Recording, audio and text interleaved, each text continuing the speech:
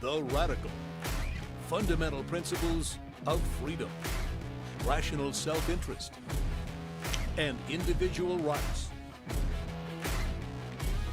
This is the Yaron Brook Show.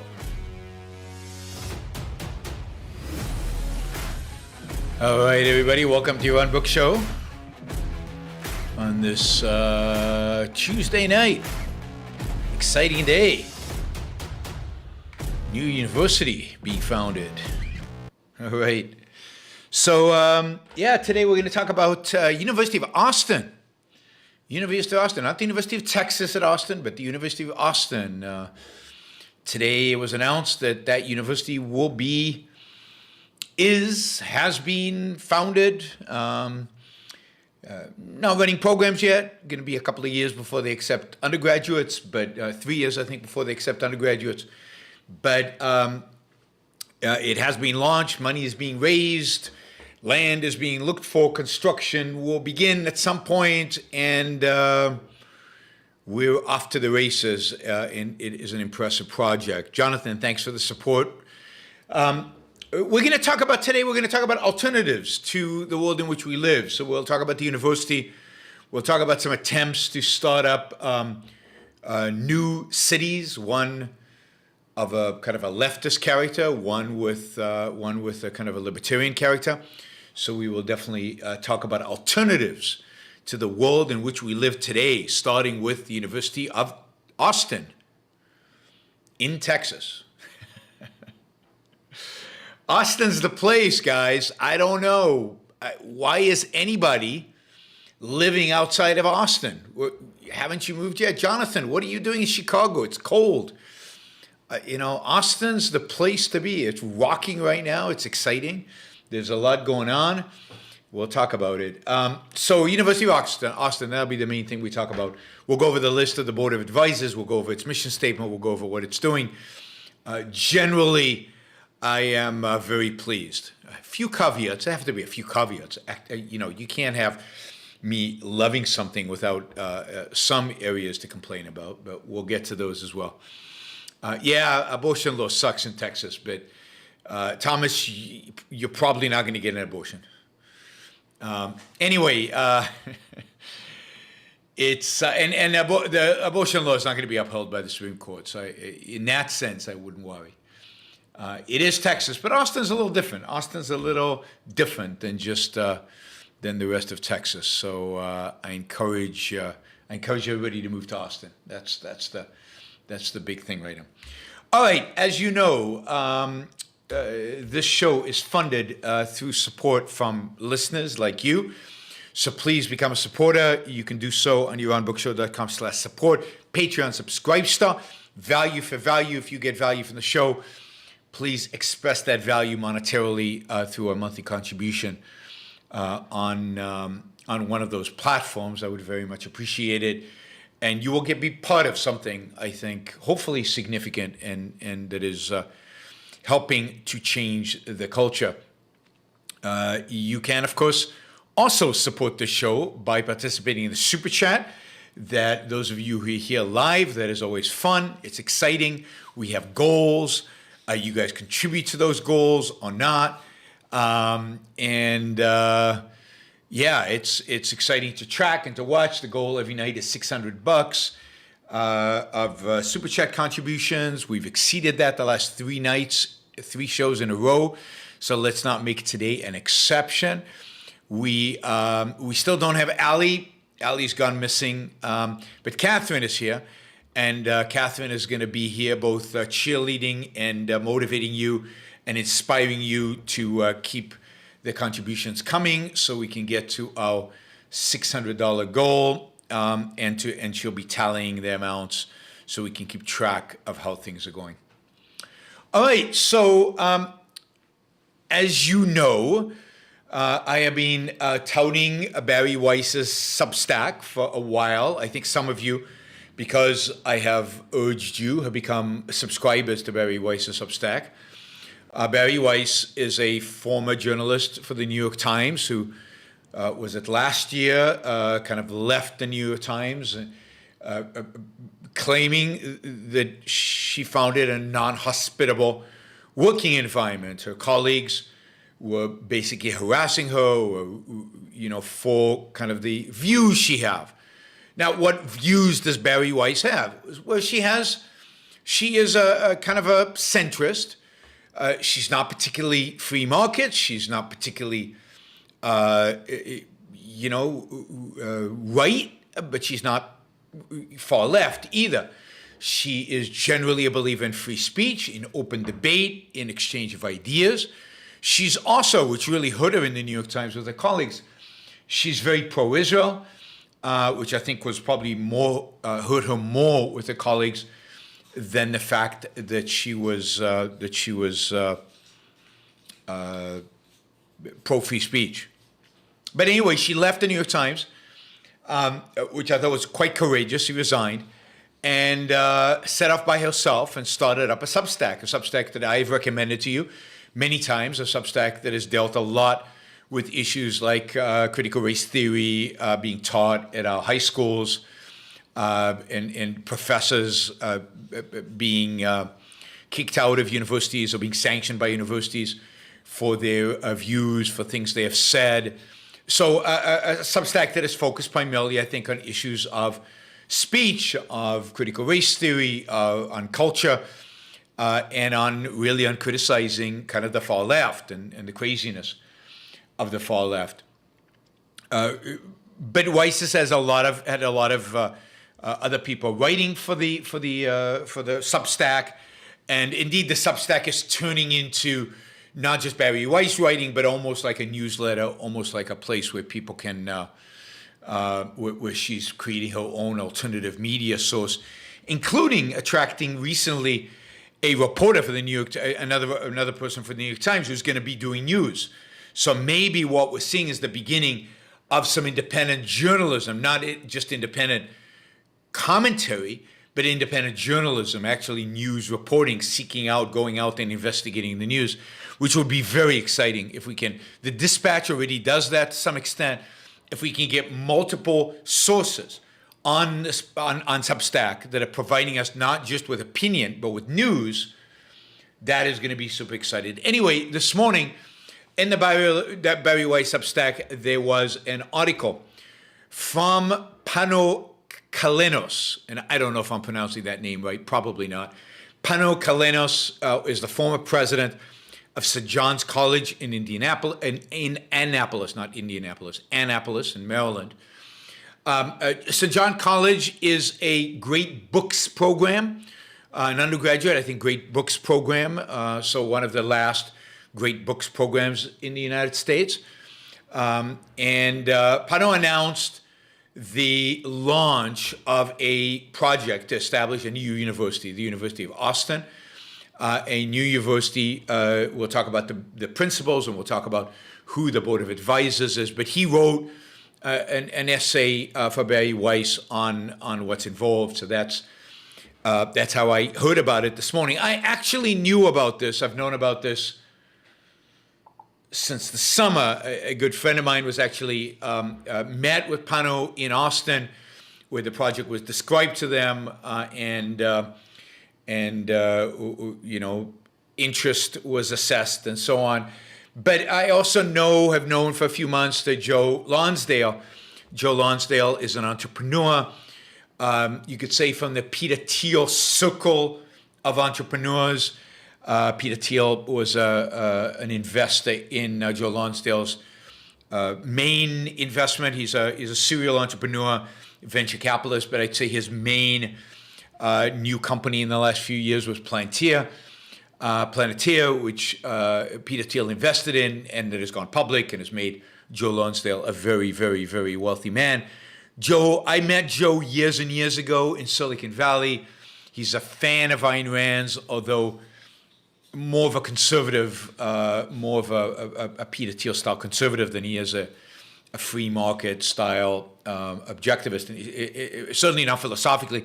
Peter Thiel is religious, and I think so is Joe Lonsdale, although I might be wrong. Anyway, Joe Lonsdale has moved to Austin.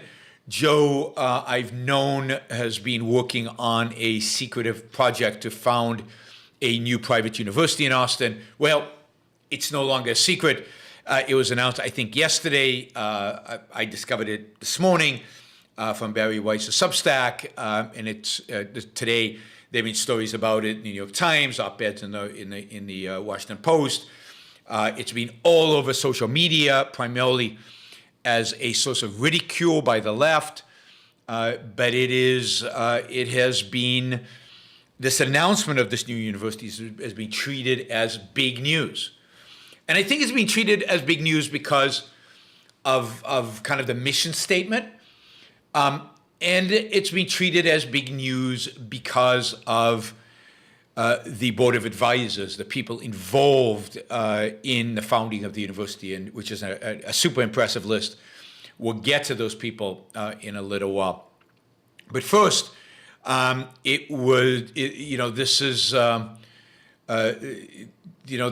this is a university that is set up to counter the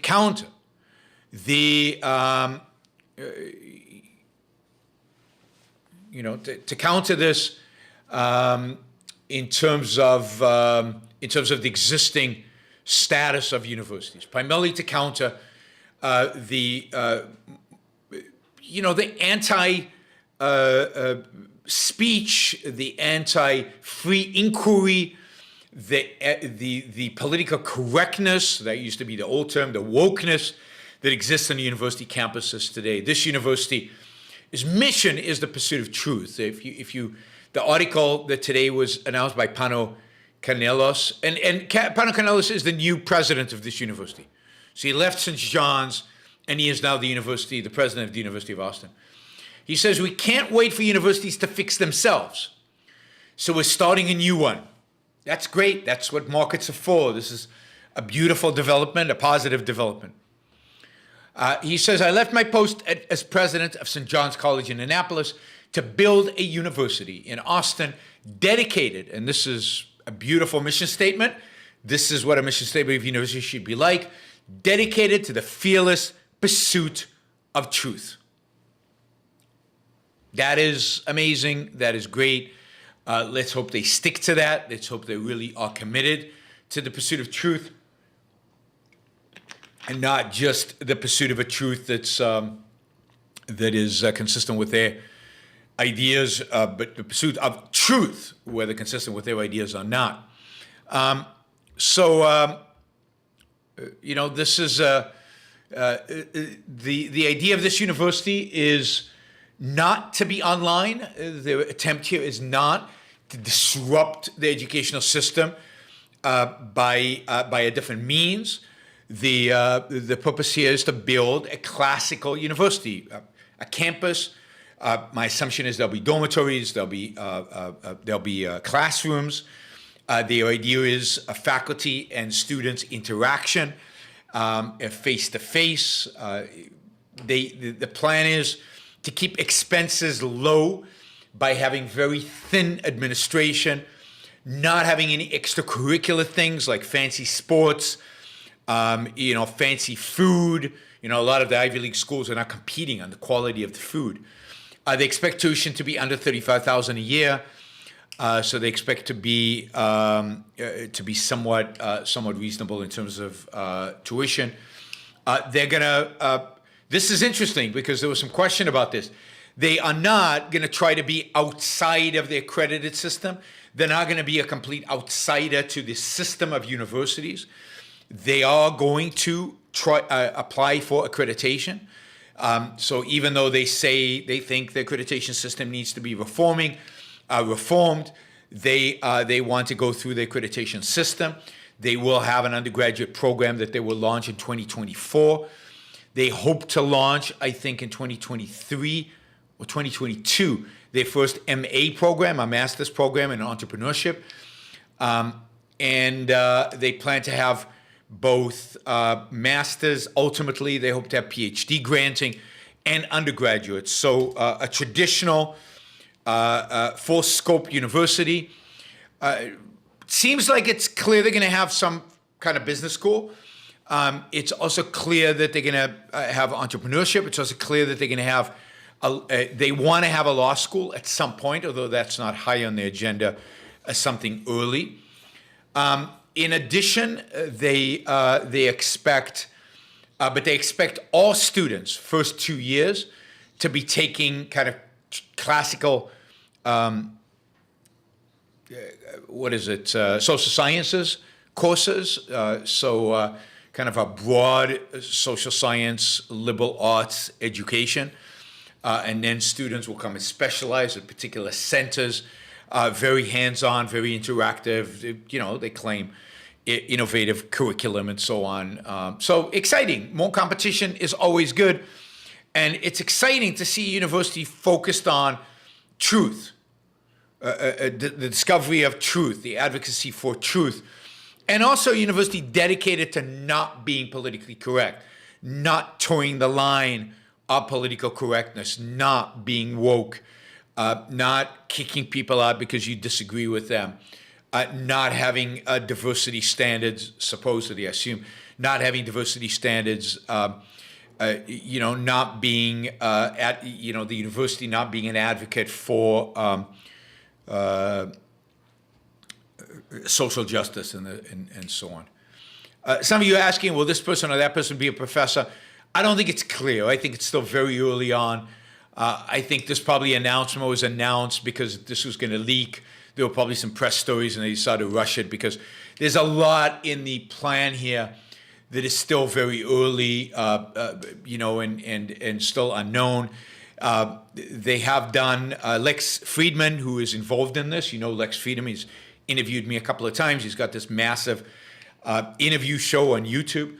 Anyway, Lex Friedman is one of the board of advisors for this university. Lex also interviewed Niall Ferguson. Niall is also on the board of advisors. Those of you who don't know Niall Ferguson, he's an historian at the Hoover Institute at Stanford University. And he is also well known as the husband of Ayaan Hirsi Ali, or maybe she is known as the wife of Niall Ferguson. But anyway, both of them are like celebrity intellectuals. They are superstars in their own right. They are both on the board of advisors. Note that none of the people I mentioned are necessarily faculty. The only faculty with a question mark listed, it's not clear the faculty, but they're called founding faculty fellows. Ayaan Hirsi Ali, Peter Boghossian from Portland State University. I think he's a philosopher. Portland State University, if you remember, he resigned. I talked about this. It was on, I think I reported on it on the Yaron Brook show. He quit the university, left because of the extent to which he was harassed, the extent that the university was tilting strongly towards, again, wokeness and political correctness and not accepting ideas that were outside of the mainstream, ideas that deviated for kind of the far left. I don't know how good of a philosopher Peter Boghossian is, but he's definitely a critic of CRT. He's a critic of postmodernism. So he's definitely a critic of the right things. Whether he is an advocate for the right things as a philosopher, hard to tell. Kathleen Stark, also a philosopher from the University of Sussex, not Essex, Sussex, I think Sussex, also resigned from the university because of wokeness and her position on gender. I think she has this crazy, radical, insane, completely unacceptable view that, I don't know, men generally have penises and women are women and generally don't have penises. I think that's her crazy position. And anyway, she created a bit of a furor around transgender issues and around gender. But so she's on the founding faculty fellows. I hope the standard for being a founding faculty or faculty at University of Austin is not having had to resign from your previous position. So it's not just a negative. I hate the far left. That shouldn't be the criteria. Hopefully these are also good academics. These are good teachers. These are people who have interesting ideas and are successful intellectuals. I hate to see it that it's all the negative. We're anti the left. That would be pretty boring, ineffectual university. So the Board of Advisors is very, impressive. Faculty is yet to be determined how good they are going to be. Obviously, Ayn Hirsi Ali as a founding faculty fellow is really good. Again, I have a lot of disagreements with Ayn Hirsi Ali, particularly about philosophy, but she's a hero and smart and interesting and unbelievably courageous. And for that, I would go take a class with Ayn Hirsi Ali any day of the week. So I think that's great news. The faculty advisors. This is a great list. I mean, it's so there are 2 people on the list. So this is the thing. How many people are there? 5, 10, 15, 20, 25, 28, 29, 30, 31. There are 31 people on the board of advisors of this institution. And you will be shocked to hear that of the 31 people on this board of advisors, I despise only 2. Now, that is a massive achievement for them, I think, to put together a list of 31 intellectuals. Now, I don't know everybody. I might despise more of them when I get to know them. But I know almost everybody on this list. I think I know a lot about almost everybody on the list. There's a handful of people I don't know. And there's only 2. There are only 2 that I can tell right now. A few that I don't know, but only 2 that I actually despise. And then there's more than 2 that I actually like, right? That are actually good guys. So let's go over the list. You can tell me if you know who are the 2 I despise. Enipano Canelo seems like a good guy. Don't know that much about him. Seems like a good guy. Now Ferguson is very good. He's a conservative, more conservative than I'd like, but a conservative, one of the good guys, I think. Super. Let's see if I can speak. Stop for a second. Super smart, super interesting, a good historian. Yeah, I've read his books, good books, really good. Barry Weiss is on the board of advisors. Love Barry Weiss. Again, disagree with her on a lot of things, but, you know, she's one of the good guys. Heather Haying. Heather is what's his name? Brett Weinstein's wife. Brett Weinstein's wife, not the other Weinstein. Yes, Brett Weinstein's wife. She's an evolutionary biologist. I mean, she's good. She's good. Brett, I think, went a little crazy recently, but generally Heather and Brett are pretty good. And I'm a supporter of Heather. Joe Lonsdale. Joe Lonsdale is an entrepreneur, incredibly successful. As I said, I've met Joe. He's a nice guy, a bit of an Ayn Rand fan. Not too much, but a bit of an Ayn Rand fan. And obviously the financing, the finances behind this. Actually, Legend 007, Chris Stewart. I hope you don't mind me telling them who you are. But anyway, he says now Ferguson had good things to say about Atlas Shrugged. Yeah, I think both he and I and Hirsi Ali are positive about Atlas Shrugged. They're not objectivists. They're not pro. But both really start. So Joe Lawrence. Okay, Arthur Brooks. You guys know my views on Arthur Brooks. I don't despise the guy. He's too nice of a person. But Arthur is a real Catholic, a real altruist, a very, very, very weak and undermining defender of capitalism. So I'm mixed on Arthur as much as I like him. I think some of these other people are better.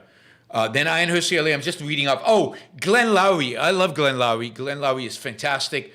He's an economist at Brown University, and he's truly fabulous. So I'm a big fan of Glenn Lowry and really happy to see him involved in something like this. Stephen, thank you. Really, that's very generous. Really appreciate it. Robert Zimmer. Robert Zimmer is the chancellor and former president of the University of Chicago. Don't know him personally, but he is one of the people responsible for the University of Chicago being one of the only universities, certainly among the top universities in the country, that has stood by the idea of free speech, the idea of faculty inquiry, the idea of faculty independence, the idea of not victimizing people over their political views or over stuff. So generally, University of Chicago came out with a very good statement about free speech that was very positive, and I think Robert Zimmer was part of that. So I'm a fan on that. And you'll see that most of the people here are very much on the side of free speech. Steven Pinker, again, I think you know what I think of Steven. Lots of problems, obviously left of center on many issues, wrong on free will, wrong on some other things, but generally one of the good guys, I think, in the culture in which we live, and a good influence. Nadine Strassen, I don't know if you guys know who Nadine Strassen is, but she's a professor of law at the New York Law School. She's also the former president of ACLU, definitely leftist, but definitely pro-free speech. She's one of the strongest defenders of free speech. She was part of the ACLU, and the ACLU actually went out there and defended free speech. So yeah, I mean, she's great, and she's a fighter, and to have her on the board of advisors is terrific. Again, credentials vis-a-vis free speech, very, very strong. Lex Friedman, I guess you all know Lex. I'm really happy to see him here, kind of taking his act beyond the podcast and now kind of getting his ideas, having a forum for his ideas as Lex. John Nunez, I don't know anything about John. He is a priest, a Catholic priest. He wears a collar. Former president of Concordia College. I don't know how bad he is. He's a priest after all. Durian Abbott is a geophysicist at the University of Chicago. He's the guy who, because he said some things about affirmative action and about this whole DIE, diversity, whatever, was refused or they disinvited him from giving a speech at MIT. And he's become a big spokesman for this idea of, well, maybe affirmative action is not that great, and over issues relating to diversity and so on. Okay, here's one of the bad guys. Okay, I said the two guys I despise on here, the two guys that I think are really bad. They shouldn't be here. If this is supposed to be a liberal institution, a push for liberality, liberal in the sense of freedom, liberal in the sense of free speech, if this is supposed to be anti the illiberalism of the left, what you don't want is people on here who are illiberals of the right. And Sohrab Ahmari is an illiberal of the right. And look, you don't have to believe me on this. He calls himself illiberal. He is a fighter against freedom, what he calls the libertarian streak of the right, free markets, individualism. He hates individualism. He hates the idea of individual rights and individual liberty. So it's a little discouraging to see Sohrab Ahmari here. It suggests that some of the funders, maybe even Joe Lonsdale himself, some of the funders have a conservative national conservative leanings. Hopefully he doesn't have a lot of influence. He's big. Sohrab Ahmari is very big. He got into a big fight with David French about 2 years ago. I did a whole show on the struggle, maybe it's more than 2 years ago, between Sohrab Ahmari and French. Sohrab Ahmari has become one of the leaders of the what I'll call the anti-liberty part of the Republican Party. He is clearly a pro-statist right, and he is one of the leaders of that. Next person is Jonathan Haidt. Again, good guy, left of center, very pro-free speech. Again, disagree with him on things like free speech and what the role of morality and what differentiates the left and the right and all kinds of things. But basically a smart guy who's interested in ideas and is interested in open discussion and open debate. So most of these people are what I'll call liberal in the classical liberal sense, not free market, but in the liberal in terms of ideas and the pursuit of truth. Now, another one of the people I despise. This guy I probably despise more than I despise Sohrab Ahmari. This is Leon Kass, who's the dean of faculty at Shalem College. Leon Katz is he sometimes is called a bioethicist. He is anti longevity, extending human life. He was the head of George W. Bush's in the 2002 to 2005, I think, bioethics committee, and I've despised him since then. I mentioned him on one of my shows where I described what the bioethics committee came out against life extension technologies and all the problems, against gene editing, against a lot of the gene technology and changing the human genome and playing God. He's very much against all of that. So I'm a big opponent of him. Anyway, Stuart says that Jonathan Haidt has written some bad stuff about Ayn Rand. Yeah, I mean, that's not my criteria, right? A lot of these people oppose Ayn Rand. There's not an objectivist on here. Not even close to an objectivist on here. And you wouldn't expect that. But a lot of the people here are anti-Ayn Rand. Arthur Brooks is, I mean, Stephen Pinker's not a friend of Ayn Rand's. So, you definitely have a mixture here. Leon Katz is a real Christian. I mean, religionist. I'm not sure, he might be Jewish, but he's definitely a right-wing religionist. Larry Summers is, again, left-wing, a Keynesian economist, although better than Krugman, significantly better than Krugman, but a Keynesian economist, neo-Keynesian economist. He is the president, used to be former president of Harvard University. He was chief economic advisor to, was it Bill Clinton? Maybe Bill Clinton. He was kicked out of the University of Harvard because he said something about women not having a propensity for sciences or something that was deemed sexist, and he had to resign from the from Harvard University. Again, somebody who's fought against the political correctness type of attitude. Vicky Sullivan, I don't know, from Tufts University. Wilfred McClay, a historian from Hillsdale. So if he's from Hillsdale, he probably leans conservative, libertarian, and religious. That's typically Hillsdale. Jonathan Rausch, a senior fellow at Brook Institute, against on the left, but pro-free speech, smart, leftist, bad on economics. E. Gordon Gee is president of West Virginia University, probably a pretty free market guy. West Virginia University has a number of pro-free market programs, so he's probably one of those. Kathleen Flanagan is a writer for The Atlantic. I probably read some of his stuff, but I didn't look her up, so I'm not sure.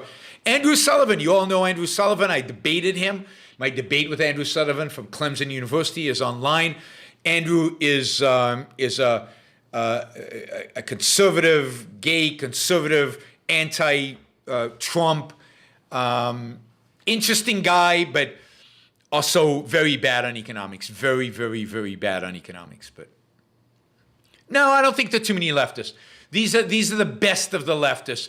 And they're the kind of people who you would want to take a class from. I would want to take a class from Rausch or Larry Summers or Steven Pinker or all of these guys are super smart. They're super interesting. And no, I mean, I'm not as anti-left, anybody left of center that that as much as some of you guys. I'm much more sympathetic to somebody like Steven Pinker than I am to most people on the right, on the so-called right. Then, of course, there's Deirdre McCluskey. Deirdre.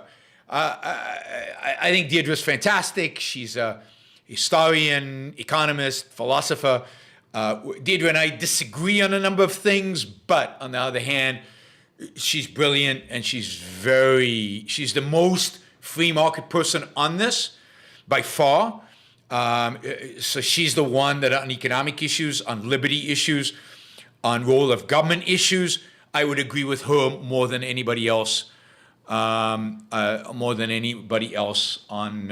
this list. Tyler Cowen is another one, another free market guy, not as quite free market as Deirdre is or I am, but Tyler is quite free market. And a good guy, an interesting guy, clever guy, smart guy, interesting, right? I often disagree with him, but really interesting. Bob Henderson, I don't really know. He's a Cambridge scholar at Cambridge University. David Mamey is one of the few conservative playwrights. So he's a playwright, famous playwright that used to be a leftist and turned conservative, and he's on here. Smart, clever. Some of his stuff I like, some of it I don't like. Jeffrey Stone, a professor of law at the University of Chicago, don't know him. Stacy Hook, philanthropist and investor. I think I've met Stacy. I think I know Stacy. If it's the right person, she lives in Austin. Really nice woman and a big Ayn Rand fan. I think that's who I'm talking about. Maybe I'm wrong, but that's who I think it is. And then finally, Joshua Katz, a classicist from Princeton. I don't know Joshua, so don't know. All right, so there we go. It's a fascinating board of advisors. It's the creme de la creme. It's good, generally good people. As I said, there were only 2 people I had really bad things to say about. I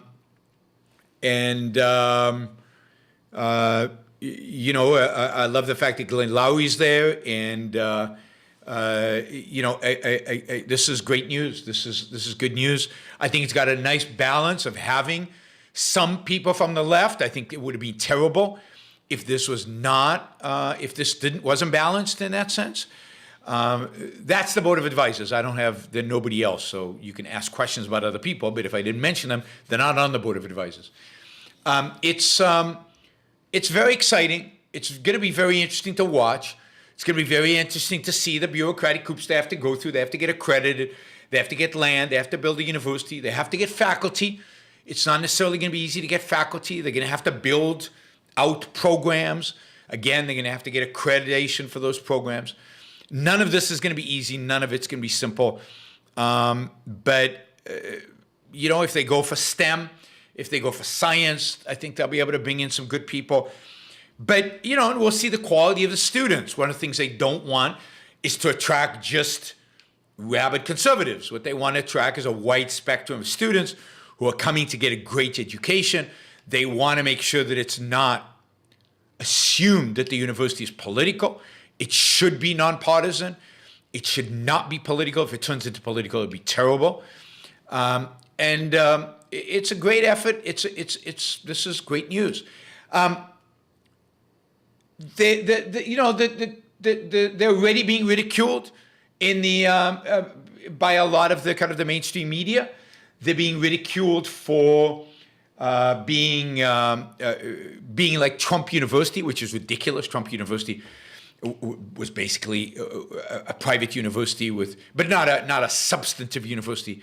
This is a substantive liberal arts university.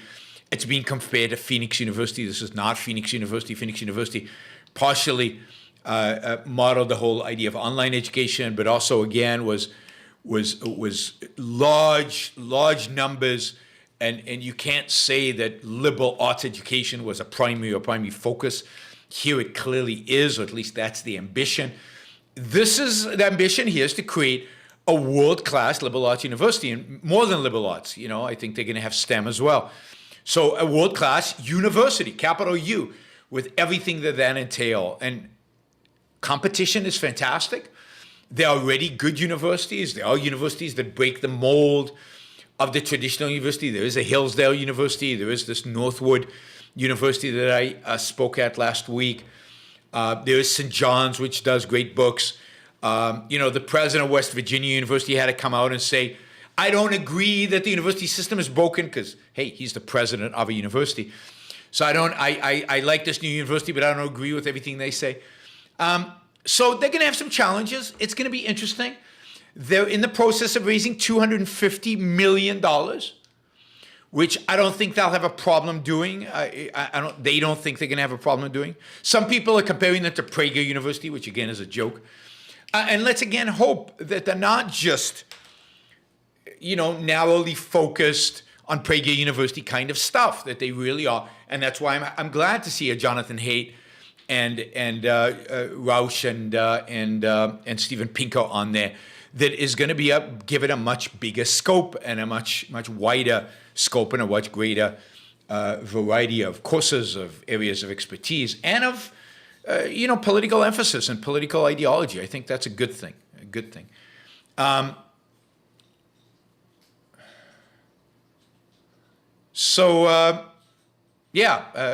Ferguson has written on this. You can find it in Bloomberg.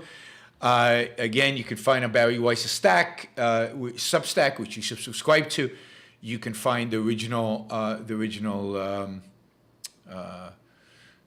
statement. I mean, part of the thing is to create an environment in which professors are not afraid to be sacked, not afraid to be marginalized because of their opinions, I mean, it would be nice if communists were marginalized and real fascists were marginalized. The problem is that today anybody right of the far left is in a position to be marginalized. All right, so that's University of Austin. Great news. Hopefully you're excited. Hopefully this is good news. We don't always get good news, so this is great, and it really is good to have Lex Friedman on there and to have some other people that I know. I know Ayan Hirsi Ali, and I've met Ayan Hirsi Ali a couple of times, and I know some of the other people involved, and this is great. Let me also add this. I'm not going to say too much about this, partially because there isn't a lot to say about it, but partially because a lot of it is kind of still being worked on. But attempts are being made to have some objectivist influence here. Again, I know there are people within the objectivist world who know Joe Lonsdale quite well. There are people within the objectivist world who know many of the people involved here quite well, whether it's Lex Friedman or some of the others. There are objectivist donors who are donors to this university, and I think there will be even more, some big donors who are contributing to this. There are some objectivists in the education field who are, have done a lot of thinking about education more broadly, and ways in which to revolutionize education. They are having discussions with this university. They're having discussions with people at the university. There are objectivist academics who have had some discussion with this university, names not to be mentioned. And then, of course, there's a massive objectivist presence in Austin, Texas.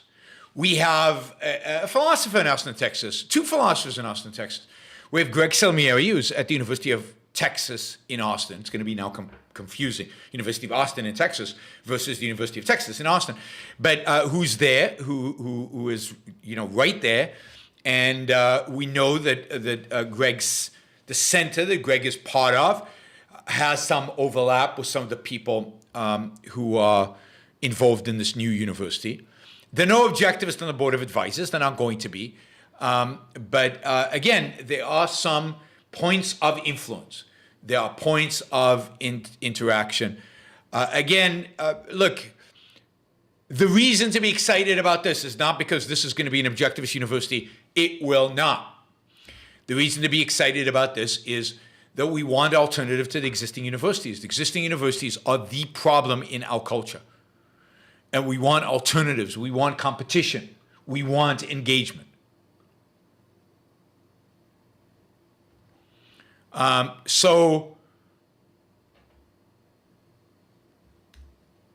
a lot of objectivists with ideas, with money, or with ideas, or with knowledge, or with access, who are going to have an opportunity, at least, to engage with the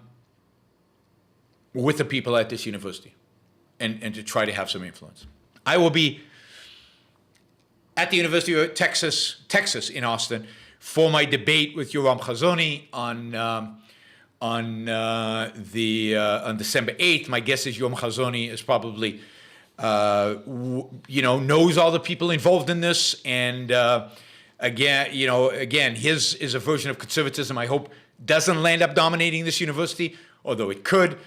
But again, there's a lot of intersections, and there's a lot of reason to be hopeful about the potential for maybe some objectivists to, the other philosophy in Texas is Ben Baer, who works for the Ayn Rand Institute. A number of staff members at the Ayn Rand Institute work in Austin, Texas. So I'm excited. Not because I think this is an objectivist university, not because I think this solves the problem of the world, but because I'm a believer in competition. I like, I like to see this. Somebody asked Matt Bateman is not in Austin, although he spends quite a bit of time in Austin. But the school, Higher Ground Education, is, I think, now based in Austin. The headquarters are based in Austin. All right. Let us see. Stephen asks, $100. That's very generous. Really appreciate it. Thank you. Stephen writes, to make up for not being able to catch a live show in weeks, being too busy back at work, thank God, in the theater business. Yeah, wow. Back at work in the theater business is hard. I'm advancing my career. Good for you. I love what I do. Good for you. I'm getting better and better at it. That's fantastic. And I owe it to Ayn Rand, Leonard Peikoff, and you. I don't deserve to be in that company exactly, but thank you. I really, really appreciate it. So that's terrific. And thanks for the support. Yes, we are shooting for our usual $600 target. We're probably at around 430, 435, something like that. Catherine hasn't updated it recently. And what was I talking about? There's a third objectivist philosopher in Austin, the one that's been there the longest and has the strongest academic position there, and that's Terra Smith. Terra Smith is at the University of Texas in Austin. Terra's a philosopher in the philosophy department at the University of Texas. And of course, that's amazing. We have 3 philosophers in Austin, one a tenure in the philosophy department at Texas, one as part of a center at Texas, and one working for the Ayn Rand Institute in Austin, Texas. I mean, there is such a thing as a critical mass. So I am super excited about the fact that the Austin, Texas is kind of the center of the intellectual world right now, and we haven't even talked about the Liberty Center, which is in the works and might be launched here at some point. The Liberty Center, which I might be on the board of advisors to that. Who knows if it ever launches? There's a lot of fighting within the university about launching a big Liberty Center with tens of millions of dollar budget, which I would be involved in. A lot of other people would be involved in. So exciting. All right, I misspoke before. So we're at $251, which means we have $350 to go to get to $600. So Amy is also, that's right, Amy Peikoff is also there. She's not working in philosophy, but she's also in Austin, Texas. There are probably other people with PhDs in philosophy who are objectivists in Austin, Texas. So I'm probably out of, that's 4 in one city. So it's...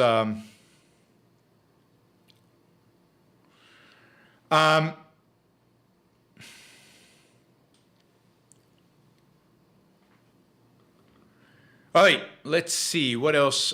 So we need to get to $600. If anybody out there can do 100, 250, or a bunch of $20 questions, that would be great. We are at something like 270, so we've still got 330. We're not even halfway there. So and we've almost gone an hour. So today's it's a little lagging, in spite of the fact that it's all good news, in spite of the fact that we've got this fantastic project, in spite of the fact that these conservatives, mostly conservatives, are raising $250 million. We're struggling to raise 600 right here. So come on, guys. We should be able to do better than this. All right. What else did I want to talk about today? I'm happy to take questions about the University of Texas. I'm just scanning the questions to see if there are any. Do you think this university will allow an objectivism philosophy class? That would be a good way to really see if this college is truly about truth, in that it includes all points of view. I think that a college like this would allow certainly objectivism to be taught as part of a philosophy class. I think it's a kind of university that would allow for an objectivist professor to be part of a philosophy department if they qualified based on standard academic kind of standards. Whether they would allow a teaching of a whole class on objectivist philosophy, I think would depend ultimately on who the chairman of the philosophy department is and how they land up approving different forms of curriculum. I hope they would, but it's really hard to tell. It's really hard to tell, I just don't know. A lot of these people I respect, but at the end of the day, they're not objectivists, and many of them don't take objectivism seriously as a philosophy. All right, just one more pitch in terms of the financial. This is, I don't know if we're going to have a show for another week and a half. So I might be asking you again for money in a few days if I can get a good internet connection in Guatemala. But if I can't, this might be the last show for about a week and a half. So this is going to have to hold me over for, 10, 12 days or something. So take that into account. I might not be coming back to you with an ask for a while. So, go for it. Let's see. Wanda Freeman says, I hope Papa is in the mix. Well, Papa would be taught here because I'm pretty sure Ayn Hirsi Ali is a Papa fan. I think she told me that. I think she's a big Karl Popper fan and a big Hayek fan. So I think that's, she definitely comes from that perspective. Maybe now Ferguson does too, but certainly Ayn Hirsi Ali does. At least that's true of, when I talked to her, which is, granted, quite a long time ago.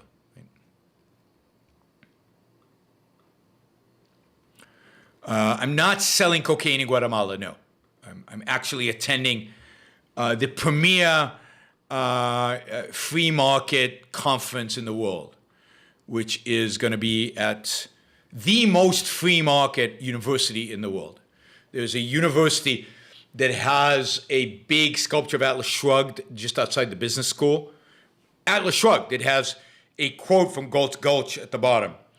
The university has a Mises library, a Hayek auditorium, a Friedman auditorium, Milton Friedman. It has pictures of Ayn Rand all over the place, quotes from Ayn Rand, quotes from Hayek, quotes from Mises, quotes from Milton Friedman. A little too religious for my liking, but it is in Guatemala. It's very Catholic.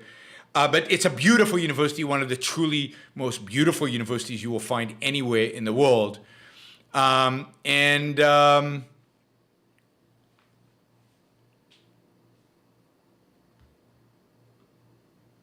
Yeah, it's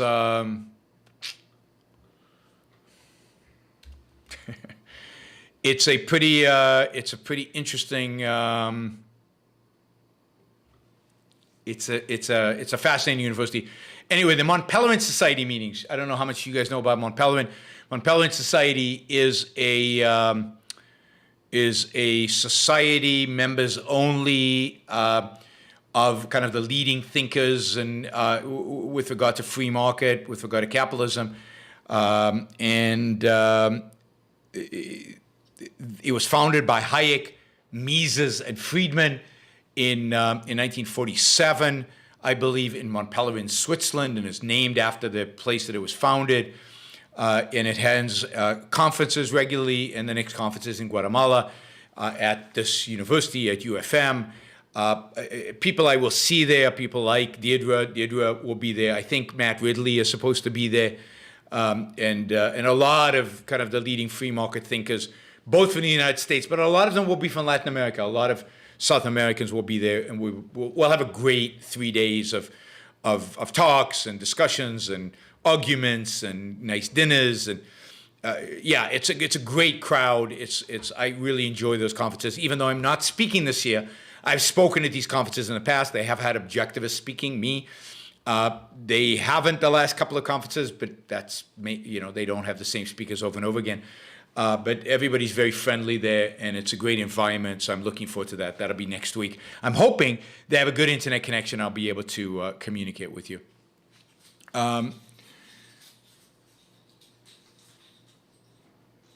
All right, let's see.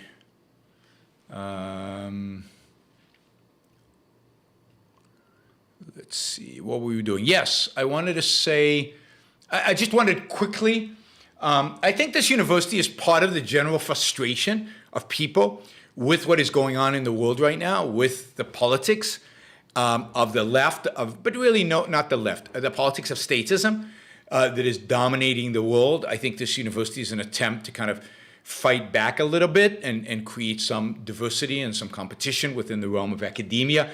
I think the most important realm in the world. But there's also other ways in which combating the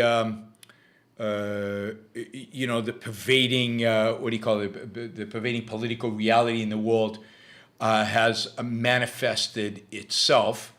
And that is, what happened to, there it is. That is in what attempts to start new cities with new charters and new policies and new ways of doing things. One of these is actually from the left. It's called Telosa. I don't know if you've heard of Telosa USA. This is an entrepreneur by the name of Mark Law, who founded diapers.com and various other internet startups. And he's made a few $1 billion. He's a billionaire. And he wants to start a Telosa city somewhere in the desert. Why we need another city in the desert, I don't know. But this is going to be based on what are called Georgist economic principles. This is the idea that all land and real estate is collectively owned. It's owned by the city.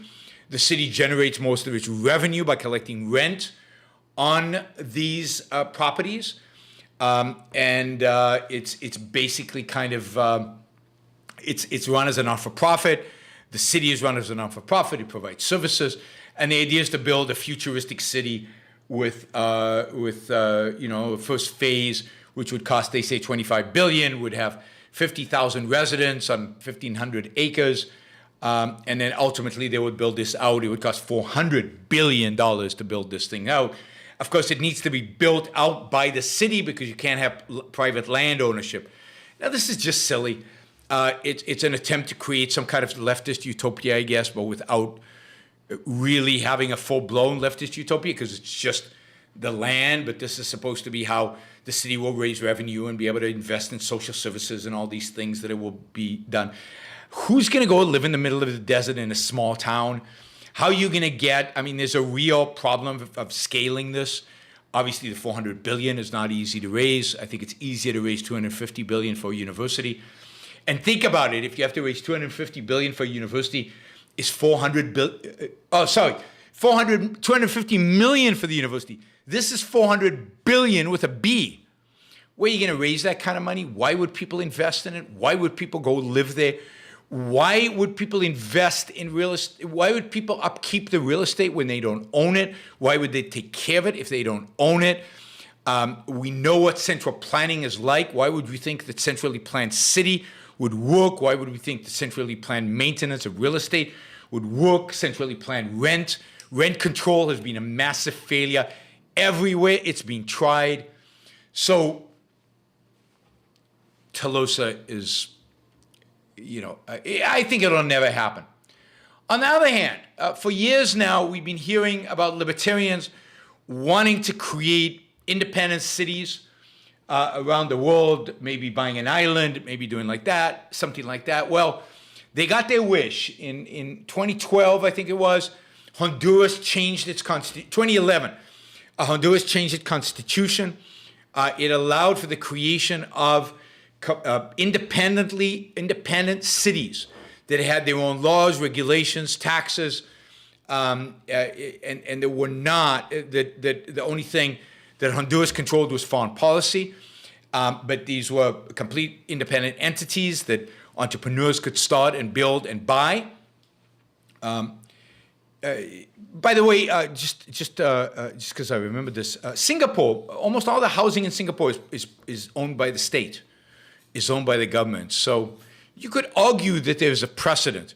But in terms of other economic freedoms, Singapore is a state. It's a country, not just a city.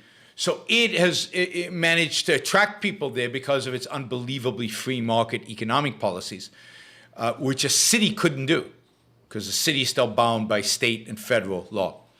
Anyway, these cities in Honduras would not be bound by Honduran law. This was passed in 2011. In 2012, it was overturned by the Supreme Court, but then they modified it, and the president also basically just fired the Supreme Court and put in a Supreme Court that he liked. The new Supreme Court approved this, so now you could start a city in Honduras with a lot of autonomy. Not complete autonomy, but a lot of autonomy. The original idea of creating these cities was by economist Paul Roma. I think he's a Nobel Prize winner. Anyway, he since has abandoned the project for a variety of reasons. Anyway, the first one of these cities is in the building process.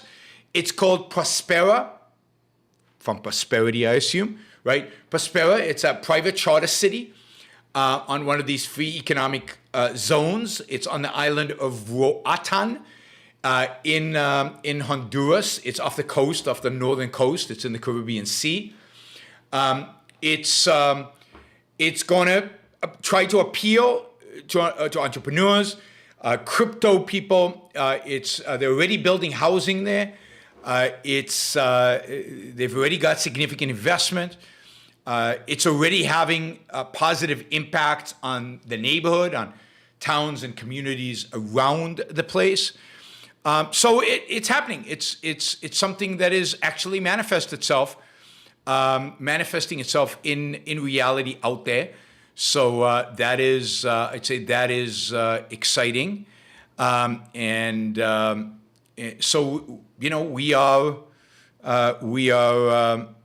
no, it's not in El Salvador. That Bitcoin is now legal tender in El Salvador, but that has its own problems. No, this is not. This is trying to attract entrepreneurs within the field of Bitcoin and crypto because of the lack of regulations.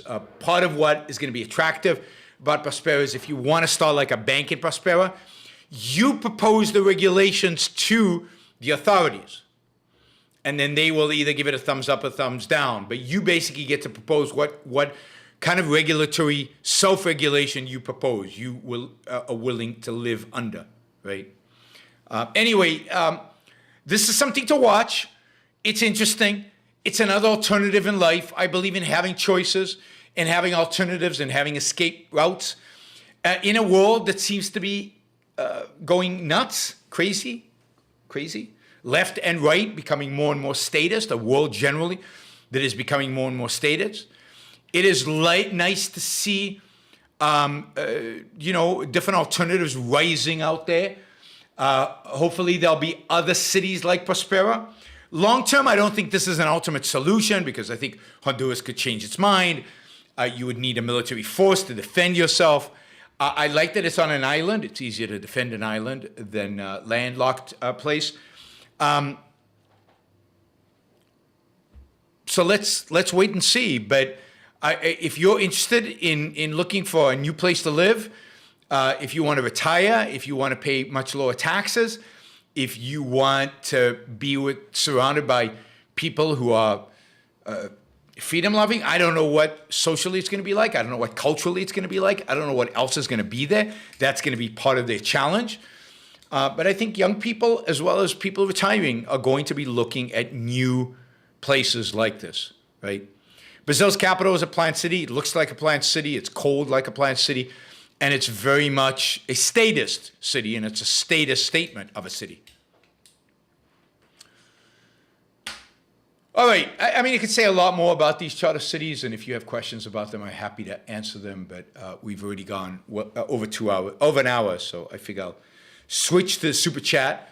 Let me remind everybody we're at 345, so we got $254 to go. That shouldn't be a problem. We've done that in half an hour before quite easily. But I am appealing to those of you who can write big checks so we can get it to $600 as we always do. That'll make a fantastic start for the month and also give me some cushion as we go into the rest of the month, given that I might not be able to do any shows next week. It'll be nice to raise a little bit more money this week, right? Well, Brasilia is a very statist city in its architecture and its look and its feel and its vibe. and the fact that it's the capital city. It's the capital of Brazil. It was started and designed and developed to be a capital city. All right. Let's see what we have here. We have $20 questions, but there are plenty of opportunities to ask $20 questions or $50 questions. Let's get up to that $600 mark. We've done it every other night this month, and almost all the nights last month. So pretty phenomenal run here. You wouldn't want to break it today. All right. Let's see. Justin, off topic. Should mining companies be responsible to remediating mined land, and who pays if the company goes bust down the track? Well, I mean, it depends who the land belongs to, right? If if they're leasing the land, then part of the contract will be remediating the remediating the mined land. I can speak again. If they own the land, no, it's their land. They can do whatever the hell they want with it. And if they don't remediate it, it's kind of wasted because it just sits there. You'd think they want to put it into decent shape so that they can, what do you call it? So that they can sell it, so that it has some value. So you'd think that they would do that, but we will. So that's what I think happens. Of course, if it's government land, there shouldn't be any government land. But it's the owner of the land's responsibility taking care of that land.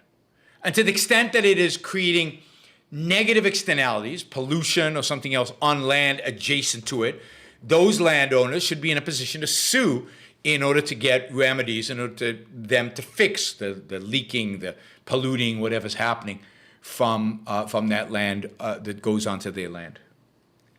All right.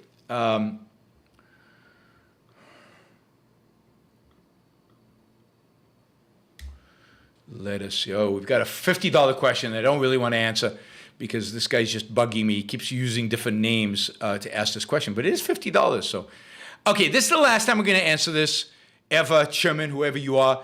If you will put another $50 on a question around this, that's fine. I'll take the $50, but I will not answer the question because I've answered this. I answered it a few days ago. Ragnar of the Desert, thank you. Really appreciate the support. Thank you. The judgment against Atlas Award founder was $60 million, the largest in Houston history. With all due respect, a paralyzed woman is not a PR distraction. Well, it is, depending on why she got paralyzed and who's responsible for it, which is not being proven in court, right? Could you explain the decision to work with men's in terms of moral principles? I don't work with men's, so there's nothing to explain here. Mins is no longer, is not working with and affiliated with the Ayn Rand Institute. I do not work with them anymore. I do not work with the Atlas Prize. I do not work with, I do not work with Mins. I have, Mins lives in England. If he committed murder or attempted murder, there is robust extradition between the UK and the United States. The U.S. attorney could always extradite him and ask to extradite him from the UK. To actually run an objective and look at this from an objective perspective, one would have to ask Richard what happened as well. But one would ask the district attorney why they haven't filed any charges against him. And I would have to go dig into this, and I'm not interested since I'm not working with him and I'm not working with the prize. I'm not interested in doing the research that would be necessary in order to figure all this out. So that is my answer. It's not, if he's a murderer, obviously it's illegitimate to work with him. I don't work with him.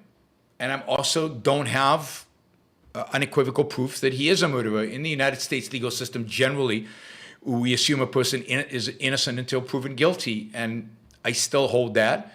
But then again, I'm not super concerned because I am not working on it. It's $50. That's why I'm dealing with it. All right. But that's it. We're not talking about this anymore. This guy's been trolling me about this issue for a long time. And not just about this, about a lot of stuff. Generally, it's somebody who hates me and has been trolling me for 20 years. This is just the latest of his agenda items.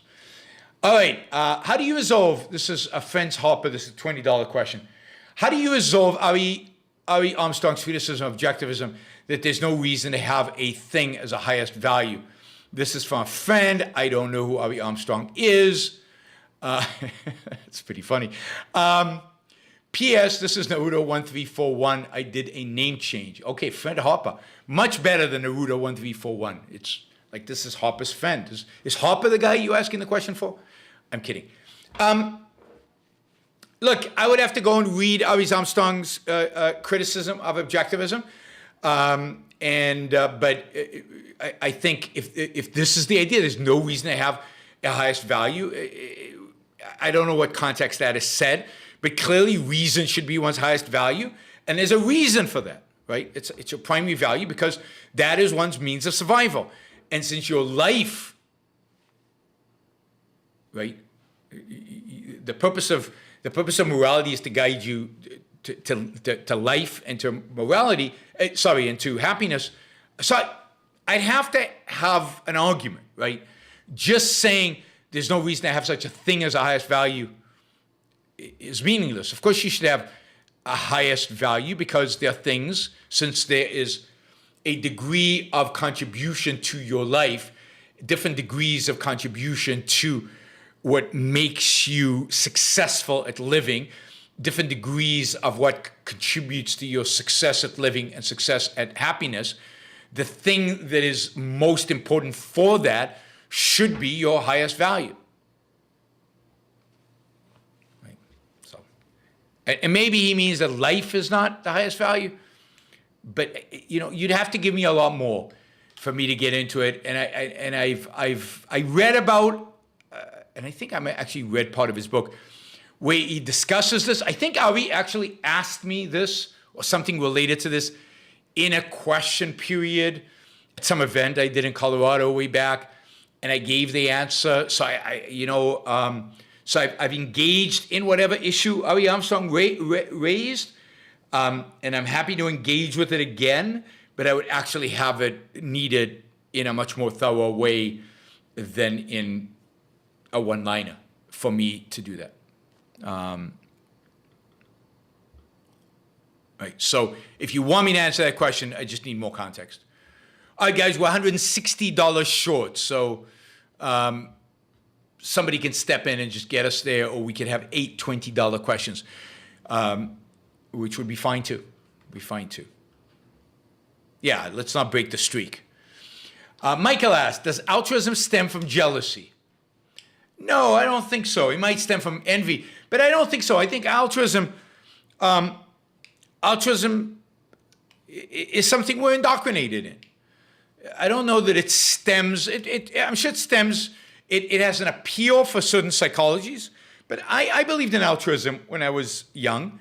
I couldn't think of anything alternative. That's all I'd ever been taught. That's all that had been taught to me. I couldn't conceive of an alternative until I read Ayn Rand. So I think it's why do philosophers come up with it? I mean, I think the origins of altruism are in power. It's a fantastic way to control other people. It's a fantastic way to keep the tribe under control, to keep the tribe disciplined, to keep the tribe listening to you. And I think that's probably its origins. It's the conspiracy between the Attila and the witch doctor. I think this was Ayn Rand's observation. But, and I think people who really latch onto it maybe have a certain self-hatred that results in lack of self-esteem and results in some envy, and therefore they latch onto altruism. But I think the originators, it's primarily power. MMTMMSS26 or something like that says just a compliment to say we appreciate you. Thank you. Oh, $20 questions. Michael also asks, it's amazing how much other neurotic humans like your peers and parents growing up can undercut your sense of life. Yes. What's the antidote? The antidote is good ideas, and the antidote is art. it's comic books, it's romantic fiction, it's Ayn Rand, it's Victor Hugo. It's not giving up on the image of the hero, not giving up on the heroic within man. That's the antidote. If you want an essay on this, one of the most touching, moving, powerful essays that Ayn Rand ever wrote is in the Romantic Manifesto, and it's called Moral Treason. Moral Treason. And it is about peers and parents who undercut a child's sense of life and the evil of that and what can be done to combat it. So I highly recommend it. One of her best, most powerful, most emotionally resonating essays called Moral Treason. Let's see, $20. Adam says, in view of the Texas prohibition against abortion as a workable backup method for other methods of contraception, isn't Texas a dangerous place to be a woman and a frustrating place to be a heterosexual male? Yeah, but everywhere is frustrating. There's no good place to live that doesn't have something that is really obnoxious. Now, first, I think the Texas prohibition against abortion, particularly this particular one, is going to be overturned by the Supreme Court. I think that'll happen within maybe by the end of the year, so pretty quickly here. Now, Texas will then try to do something else, but and the Supreme Court is going to have to rule Roe versus Wade at some point, and we'll see where they come down on it. But look, there's no perfect place. Texas has massive advantages. It depends on what stage you are in life and what you're doing, and how likely you are to require an abortion, or how like you are if you're a male to have a girlfriend who requires an abortion or a wife that requires an abortion. Some of us are not in a position where that's a problem, but it's trade-offs. Unfortunately, there is no perfect place, so you have to trade these things off. I live in Puerto Rico. I've done my trade-offs. I live in a second world country. Many respects, infrastructure that's falling apart, very corrupt politically, but there are positives that I'm willing to trade off against those negatives. Would I encourage a young, ambitious person to come to Puerto Rico? No. But I'm not a young, ambitious person. I'm ambitious, but not young. And I'm ambitious in a way where it doesn't matter where I live. I can pursue my ambitions. Ali, thank you. Dean, thank you. I think we're getting close. Catherine is going to update us in a second, but we're definitely getting closer to our goal. So that was Adam. Let's see, other $20 questions. I think a few more $20 questions and we're there. So Dean's is worth about $15, I think. 15. Well, no, maybe 20. I mean, the dollar has gone down relative to the Israeli shekel, so close to $20. So, so three and a half more questions, $20, we're there. Maybe we're missing 60, 70 bucks would be my estimate right now. Okay. I saw the video about all Silicon Valley, a part of left. I think mostly they don't show their real ideas because of peer pressure. Maybe, but a lot of Silicon Valley is very left. Whether they all, maybe that's an exaggeration, but a lot of them are. By the way, Austin is left. Austin city government is left. Austin is definitely not a red city. I think the county that Austin's in, Travis County, I think votes Democratic. But again, I am a lot less concerned about Democrats versus Republicans, much more concerned about where this country is heading under anybody's leadership, Democrat or Republican. Surrounded by red, but not particularly good red, right? I've been out into the hill country and into the backwaters of Texas. I wouldn't want to live there. You couldn't pay me to live there. You couldn't pay me to live there. As much as I love Austin, and I like Dallas, and I like Houston, and I love my Texas friends, Redneck country in Austin is not a pleasant place. It is the stereotype of what, unfortunately, red rural America is. It is xenophobic, often racist. I used to go with my wife to little towns in the hill country. When she was very pregnant, she was obviously quite pregnant. We were young. And people looked at us really funny, and they looked at us funny because she is dark-skinned. She looks Hispanic, and I'm this white guy. And it was not pleasant. It was not pleasant at all. So there is definitely this undercurrent of dislike of people who are other once you get out of the metropolitan areas. So I love San Antonio. I love San Antonio. San Antonio is a very Hispanic city. I love Austin. I love Dallas and Houston. Once you get out into the rural communities, it's dicey if you're different, and it's dicey. It's dicey if it's dicey if, what do you call it? If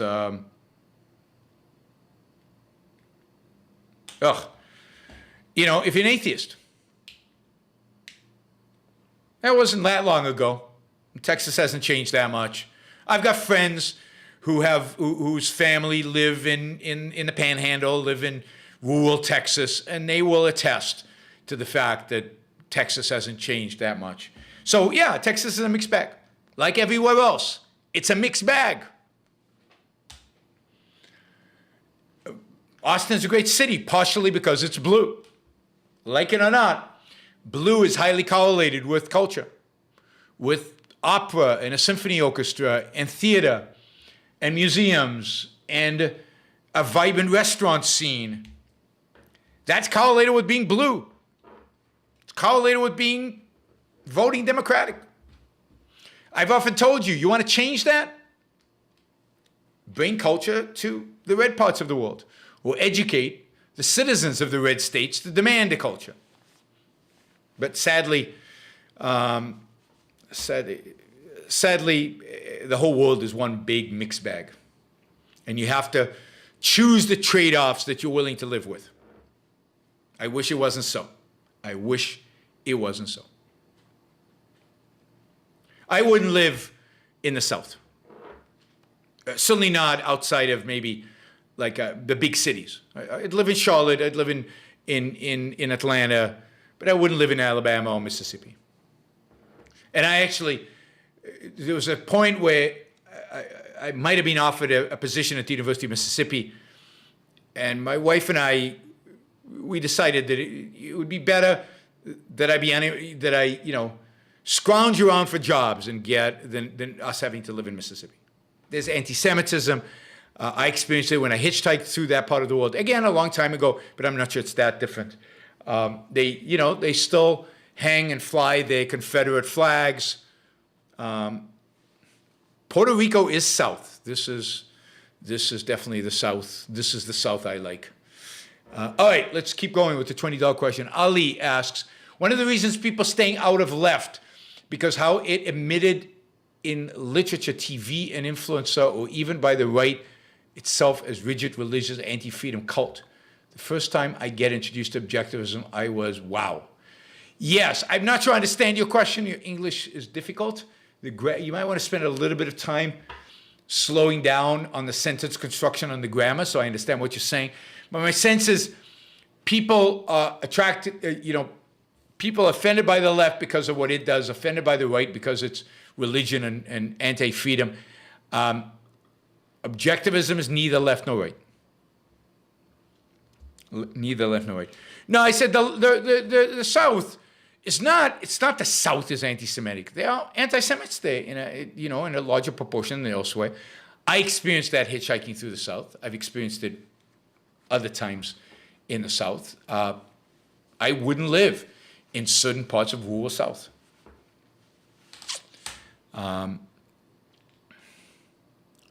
Yeah, I mean, I wouldn't live in the South. It's just not a place I would want to live. That's just me. I have friends who live in the South.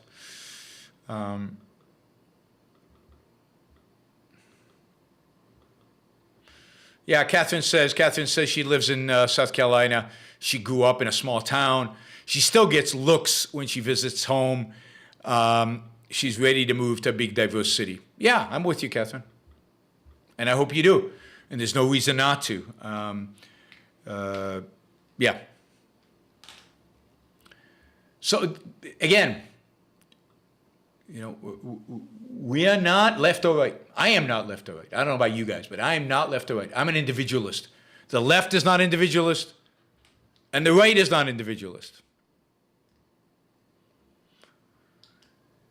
Friend Harper writes, how can an entrepreneur stay motivated if they know that the more successful they become, the more likely they'll get turned into a sacrificial animal or trophy by busybodies from the same friend?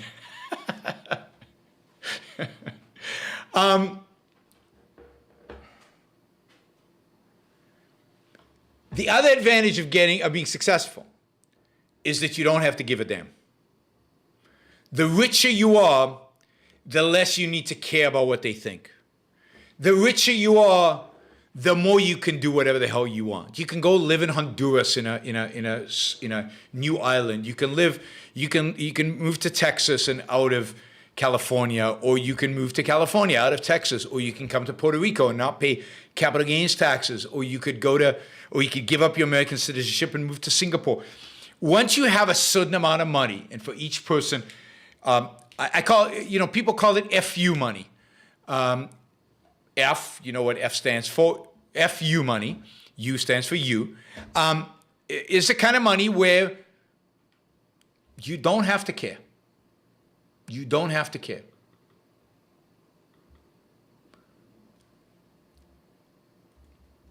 Oh, wow. Ali had a $50 question. Sorry, Ali, I somehow missed this. Any plan to start podcast or interview-like shows? I'd like to see you on discussing, debating philosophy and politics with others. Yeah, I mean, I've done interviews. I will continue to do interviews. Interviews are difficult to do the logistics of. I've done some interviews on the Ingenuism channel. So check out Ingenuism on Ingenuism on YouTube. I did an interview with Tyler Cowen, who I talked about earlier. I did an interview with Deirdre McCluskey. I talked about her earlier.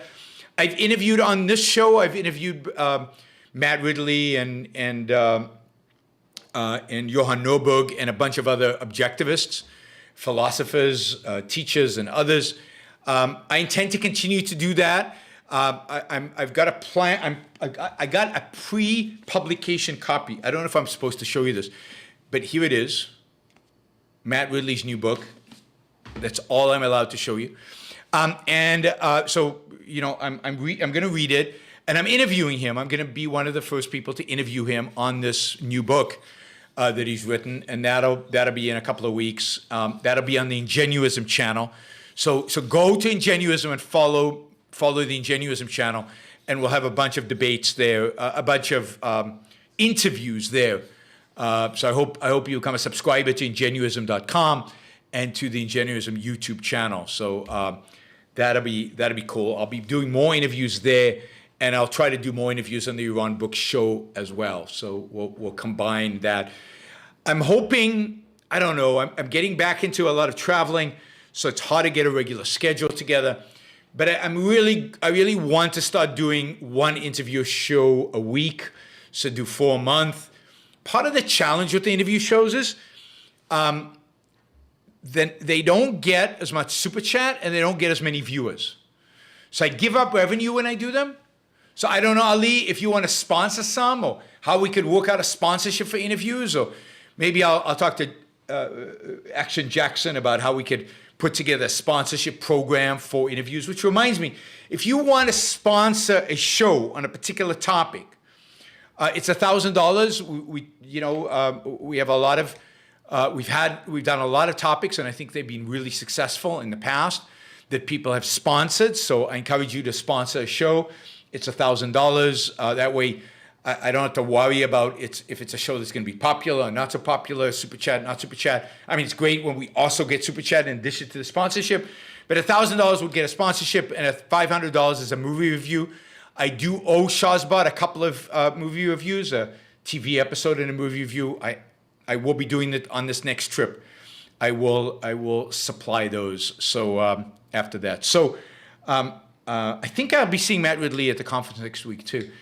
Anyway, yeah. Anybody want to do a sponsorship? Just contact me, Yaron at YaronBrookShow.com. Yaron at YaronBrookShow.com. That's a way to communicate with me. You want to sponsor? You want to do something? You want to help with something? We will do it. Dean asks, off topic, do you have an opinion on Israeli settlements and settlers in general? Radical ones believe that the land was promised by God and even commit violent acts on Palestinians in the region. Look, I don't believe in violence. I don't believe in the initiation of force. I don't believe that God gave anybody anything. I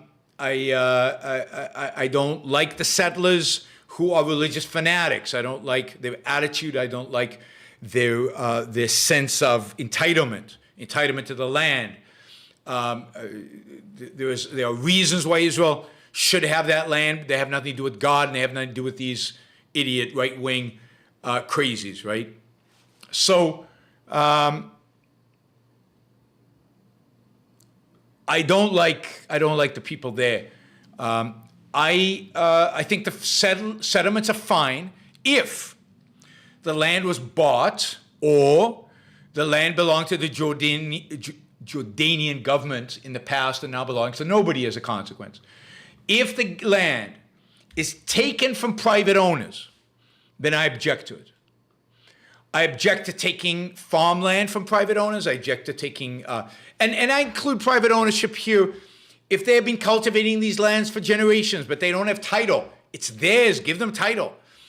To the extent that you're not violating the individual rights of individual Palestinians, you should be able to start a settlement anywhere. You should be able to build a house anywhere, buy land, cultivate it, whatever, right?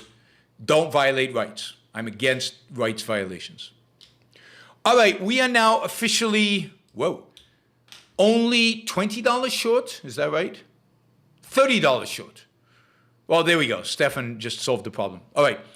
Stephen says, can you consider interviewing James Lindsay regarding CRT and its history of philosophy? Thanks for the details in the University of Austin. I have. I've approached Lindsay and asked him for an interview. He has not responded. So I did it through Twitter, which is the only means I have to get a hold of him. If you know him or if anybody out there knows him, I'd be happy to interview him. I think he went a little bit off the deep end with his support for Trump and his support for certain right-wing causes, but generally I respect what he's done on critical race theory, and I respect that he has approached it qua philosophy. The work he's done on Hegel, connecting it to Hegel, the work he's done on these other things, on what do you call it, postmodernism. So I would definitely be happy to interview James Lindsay. Scott says he interviewed with Michael Malice. That doesn't surprise me. Michael Malice is a lot more friendly to the kind of causes that James Lindsay was advocating for. I'm not sure if he is interested in being interviewed by me, but I have approached him. If you guys know him, if anybody knows him, you can encourage him to do it, and I would be happy to engage with him. All right.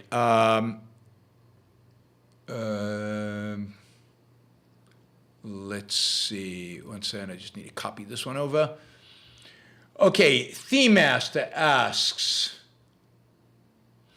when people evade, they then forget they evaded to not confront the truth. To a large extent, that's true. Therefore, there is nothing we can say to them to change their mind unless they somehow remember their evasion. Do you agree? No, I don't.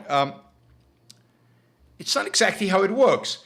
So what are they evading? They're often evading facts. So they can forget that they evaded, but you can point out the facts. You can introduce them to the facts. You can bring the facts forward. Right? And now, in a sense, they would have to evade them again.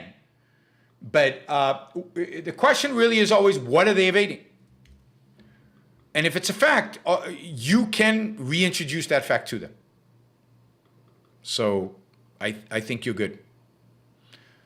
All right. That's Theme Master. Let's see. Catherine says, from Fred Harper. My God. Fred Harper can't ask his own questions. He only asks questions for friends or through Catherine. It's very confusing, Fred Harper. You're making this very, very confusing. Would you talk with Spike Cohen on something? I don't know Spike Cohen. I asked Spike on Facebook, and he said he would totally do it. Send me an email with regard to who he is, what he is, who's Spike Cohen. I don't know who Spike Cohen is. Send me an email, Yaron@YaronBrookShow.com.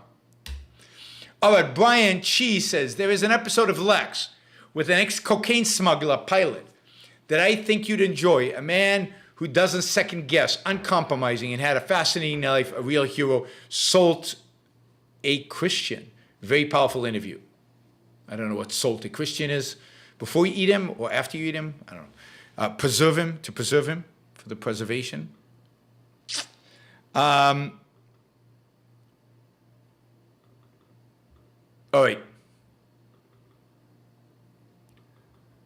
Let's see. Thessie writes, what if a successful person doesn't like you and wants power over you to change for their sake, but you know the product is not your thing and you have your own path? Should you cut the cord or be nice when detaching? I don't know. I mean, it doesn't matter. You need to detach, and whether you detach nicely or unnicely depends on the context of your relationship. To what extent is it important for you to stay, to have some kind of future with this person? Not important. To what extent do you want to take a stand? So I think that's a very difficult question to answer without a lot more information about the people and the relationship and what exactly is going on. But cutting the cord is often the best way to do it, and just cut it down and get on with living. Sometimes being nice just prolongs it in ways that are unhelpful and unproductive. All right, we got 1, 2, 3, 4, 5 more questions. We'll zip through them. The low dollar questions so we can go fast. Michael asks, who is your favorite actor? Tom Hanks? No. I mean, Tom's a good actor. I like Tom Hanks. I like Denzel Washington a lot. Of that generation, I think those are the two best actors. But I like Gregory Peck, and I like Gary Cooper. I like Cary Grant. My favorite actor might be Charles Laughton in one of my favorite movies in particular. But since you guys didn't pay me to give you the list of my favorite dramas, I was very disappointed that nobody put up any money to find out what my favorite movies are. I was surprised. Anyway, there were a lot of good actors. Charles Laughton was spectacular actor. Dave Goodman, is cryptocurrency to the Federal Reserve what Uber is to the taxi cab monopoly? Maybe. I don't know. I'm still not convinced about cryptocurrency's usefulness as money. We know Uber is useful. But yeah, a lot of the crypto people would like you to think that is the right analogy. It's also, the taxi cab monopolies, it's not that important to government to preserve them. The monopoly over money, really important for governments to preserve for them.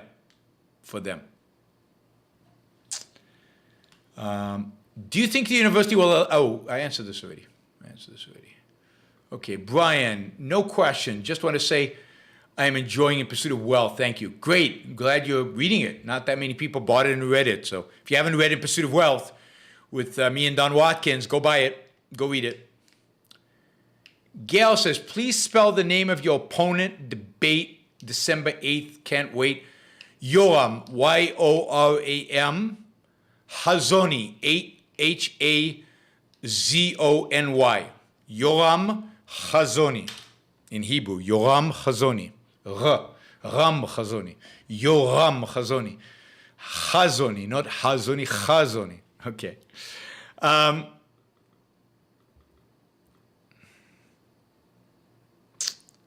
All right, we made it. Over 600. You guys are freaking amazing. Thank you. All right. Those of you who want to contribute to the show monthly, regularly, on a monthly schedule, YaronBrookShow.com/support, Patreon, Subscribe Star, Locals. You can do that there. Oh, by the way, last year we had somebody do a matching grant for $5,000 for New Year's Eve, right? We did a telethon on New Year's Eve. It was a lot of fun. If anybody's interested in doing that, including the person who did that last year, who wanted to stay anonymous and is anonymous, let me know.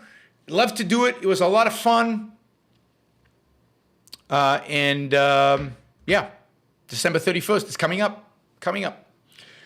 And we raised a lot of money. We did over $6,000. I think we raised $12,000 that day because the person matched all the way up to $6,000. So we get $12,000 in one night, which was pretty damn cool. All right, thanks everybody. Hope you enjoyed the show. Don't forget to like, share, do all of that. Thumbs up. We're under 100 in thumbs up. That's ridiculous. 4 thumbs down. What did I say? God, some people will never be happy. I didn't even get upset at Trump once. All right, everybody. This is becoming like a running joke. Somebody needs to give me a thumbs down every show just so I have something to talk about. I will see you all on, I don't know when. Maybe tomorrow. Maybe in 10 days.